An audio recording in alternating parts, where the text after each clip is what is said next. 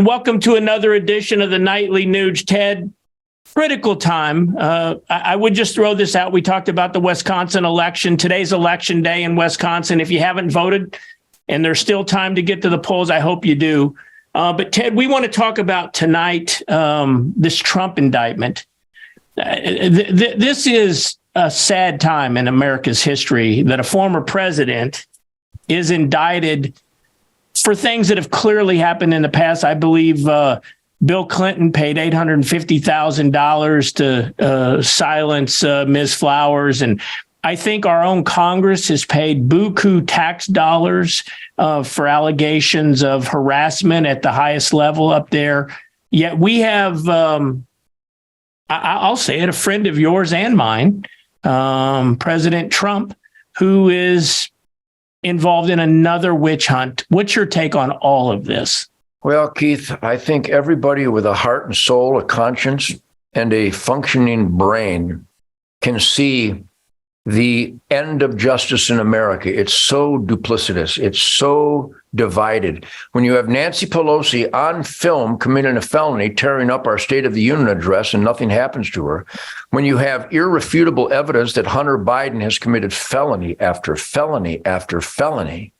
When you see the media lie about the Russia collusion hoax that Hillary Clinton and her Democrats paid for, when you see that they're investigating Jacob Shandley, I believe that's his name, who was incarcerated during his trial, but they wouldn't allow the footage of him at the Capitol to be brought in as evidence to prove that he was invited by police. And if you're escorted and invited by police into a building, you cannot qualify as a trespasser. Right. You're an invited guest by law enforcement in charge of those decisions. So finally, when the footage was released, thanks to Tucker Carlson and Kevin McCarthy and the Republicans who are real constitutional Republicans, they finally let Jacob out of prison because they proved irrefutably that he was innocent of any crime whatsoever.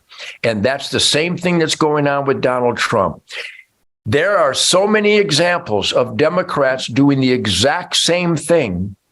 And this, whatever his name is, Bragg district attorney in New York, he is doing the bidding of Barack Obama and Susan Rice.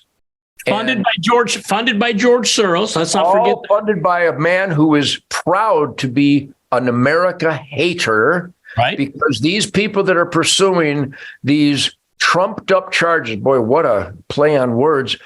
Bragg is a liar. Bragg is a criminal. Bragg celebrates carjacking and murder and stabbings and baseball bats in the back of the head of innocent pedestrians. Bragg won't prosecute you if you're caught on film shooting at people. He will drop the gun charges, dozens of which are visible on film, and let the guy out that day to shoot people again. That's Bragg's modus operandi, but they are so desperate to protect the criminal deep state. That's what President Trump represents. He is the master cockroach spotlighter.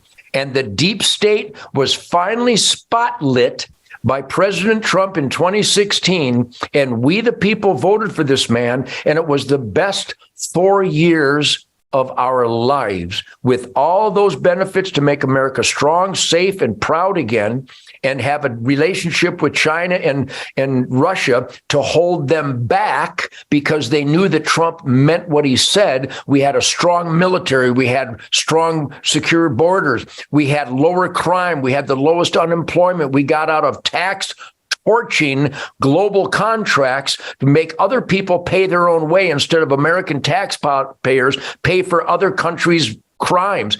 It was so wonderful for 4 years, but the deep state all of a sudden had their revenue crimes compromised because Trump spotlighted their criminal activity. This is the worst day in America, Keith.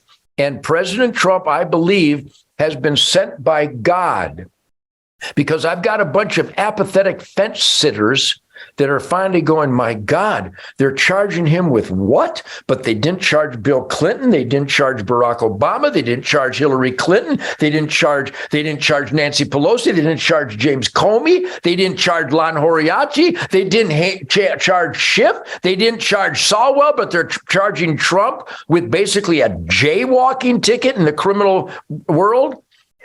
Now conservatives are going, all right, I've been sitting out this experiment in self-government.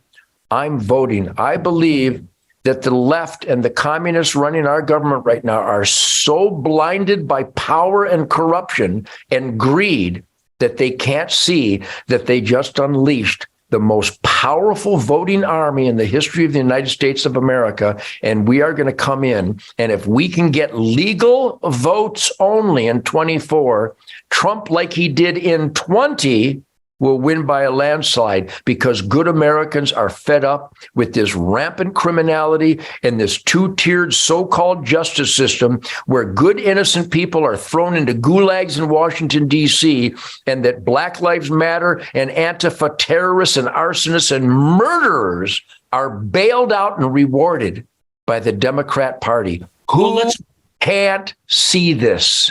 You know what? I'll tell you who can't see it, Ted. Apparently mainstream media, because do you remember back when Leslie Stahl interviewed President Trump? And when he mentioned Hunter Biden's laptop, she rolled her eyes and said, that's been discredited. And, you know, how many ever high-ranking intelligence people had signed a petition that said it was Russian disinformation. And every time the president tried to address it, Leslie Stahl rolled her eyes. Well, again, last night, and there was never any accountability for Leslie Stahl in 60 Minutes for this bad behavior. Last night, she interviews Marjorie Taylor Greene, and she does the exact same thing. Marjorie Taylor Greene makes a statement that the Democratic Party is the party of pedophiles. And Leslie Stahl constantly rolled her eyes at her and said, you can't prove that, or that's not true. Like it's a blanket statement. Instead of being an interviewer, she was an opinionator. I just don't know where this ends. I'll throw another topic out to you. Biden's ratings are plummeting. Everyone sees that. Yet our border remains open and all these problems still hit. And Finland, the complete military powerhouse of Finland, joined NATO today. It boggles my mind. So now we have to be obligated to go fight for Finland because we're part of NATO. It's part of the group. What are these globalists doing to the world? And more importantly, what's the last word? What's the outcome to the United States if we don't stop them? Everybody knows what you're talking about. Everybody knows what I'm talking about. America, I am making a plea. I am pleading with my fellow Americans. We all have a responsibility. And I've said this so many times, and I'll never stop saying it, because this is the essence of the experiment in self-government based on God, family, country, Constitution, Bill of Rights, law and order, goodwill, decency, good over evil. If your family's name isn't known by your mayor, your chief of police, your state trooper commander, your sheriff, your senator, your congressman, and your governor, if your elected employees don't know that you are aghast, that you are absolutely pissed off at where America is going. I don't care if you live in Texas and you think you've got it good. Texas refuses to secure the Texas border. We had drag queen events in Houston and Waco where perverted men dressed up like female prostitutes were singing to little boys and girls, I love it when you kiss me where I pee. If you haven't expressed your outrage at what is happening to America, to all of your elected officials, we've seen a turnaround at the school boards where we're taking back our schools.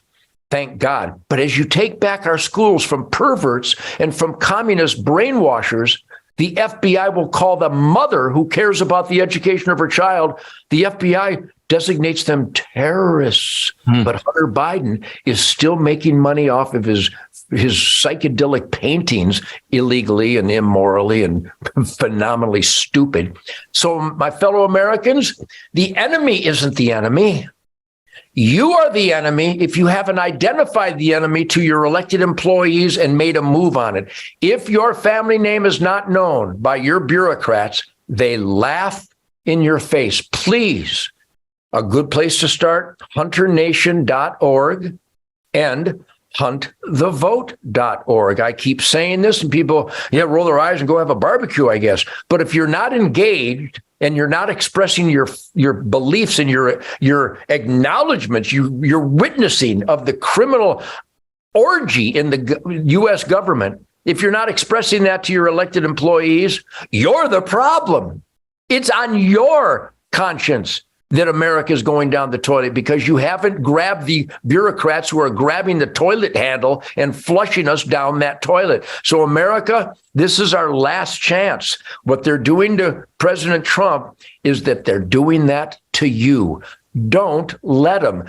Voice your outrage at this two-tiered so-called justice system and the manifestation of cultural abandonment as President Trump is being indicted and is going to have a mugshot, but all the thousands of others guilty of the same crime have been benefited by the Democrat Party and the Democrat DAs. Well said, Ted. Tomorrow night, I want to talk about, I guess, what is the common theme among, again, Democrats and liberals across the country, that it's not the criminal that should be blamed. It's guns. Guns are 100% the problem. I'm going to talk about a story of young Abby Zwerner, who was shot by a 6-year-old in the classroom after the principal, Ebony Parker, ignored this teacher's concerns. We'll talk about that tomorrow and other Second Amendment issues right here on the Nightly Nooch tomorrow night. See you then, Ted. Truth, logic, and common sense. It's my battle cry.